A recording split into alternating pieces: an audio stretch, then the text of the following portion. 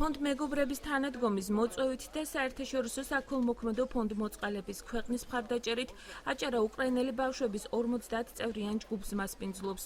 სტუმრებს შორის არიან უკრაინაში საბრძოლო მოქმედებებისას და კიევში მაიდანზე დაღუპულთა შვილები. ვიზიტის ფარგლებში ისინი აჭარის ღირსშესანიშნაობებს დაათვალიერებენ. მოეწყობა შეხვედრა ქართველ თანატოლებთან. გაიმართება სპორტული შეჯიბრებები. უკრაინელი ბავშვები საქართველოში 18 ოქტომბრამდე დარჩებიან. მიმდინარე წელს საქართველოში სულ 300-მდე უკრაინელი ბავშვის ჩამოყვანა არის დაგეგმილი. 300-მდე უკრაინელი ბავშვის ჩამოვა სულ აჭარაში დასასვენებლად. პირველი ჯგუფი 50 ბავშვი უკვე იმყოფებოდა აჭარაში. ეხლა ჩამოდის დღეს მეორე ჯგუფი 50 ბავშვის შემადგენლობით. მიზანი ის არის, რომ ბავშვებმა მოწყენ იმ რეალობას, რომელიც დღეს არის უკრაინაში და განტვირთვა მიიღონ, რეაბილიტაცია გაიარონ.